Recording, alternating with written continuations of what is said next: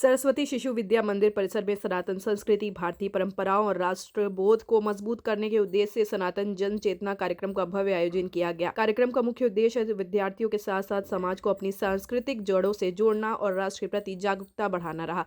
कार्यक्रम के मुख्य वक्ता राष्ट्रवाद विषयक लेखक डॉक्टर गौतम खत्री ने अपने संबोधन में कहा कि भारतीय सनातन संस्कृति विश्व की सबसे प्राचीन और समृद्ध संस्कृतियों में से एक है।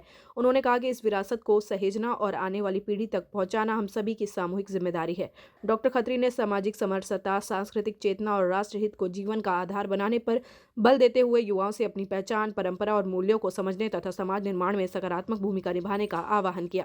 कार्यक्रम की शुरुआत दीप प्रज्वलन और मां सरस्वती की वंदना के साथ हुई। इसके बाद सनातन धर्म की महान परंपराओं, आदर्श जीवन शैली और नैतिक मूल्यों पर विचार साझा किए गए। विद्यालय के विद्यार्थियों ने देशभक्ति गीत, संस्कार गीत, श्लोक पाठ एवं सांस्कृतिक प्रस्तुतियों के माध्यम से भारतीय संस्कृति की गरिमा को प्रभावशाली ढंग से प्रस्तुत किया, जिसे दर्शकों ने खूब सराहा। इस अवसर पर वक्ताओं ने कहा कि सनातन धर्म केवल पूजा पद्धति नहीं बल्कि जीवन जीने की एक श्रेष्ठ शैली है और बच्चों को आधुनिक शिक्षा के साथ संस्कार देना समय की सबसे बड़ी आवश्यकता है।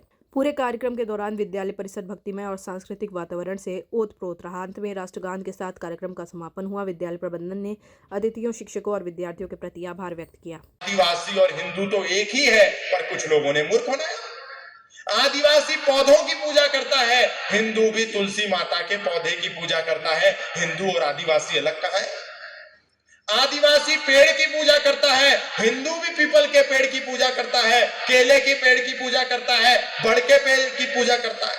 यानी हिंदू और आदिवासी में तो कोई भेद नहीं है।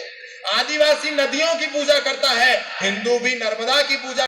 ऐसे राष्ट्रीय स्वयंसेवक संघ के विभाग प्रचारक आदरणीय श्री सम्मी जी भाई साहब, आज के जिला परिषद की उपाध्यक्ष का, इसीलिए मर्यादा पुरुषोत्तम श्री राम वन में भटक भटक करके घूमते रहे और जहां जहां मर्यादा पुरुषोत्तम श्री राम घूमे वहां वनों में सनातनी भी उस स्थान की पूजा करता है।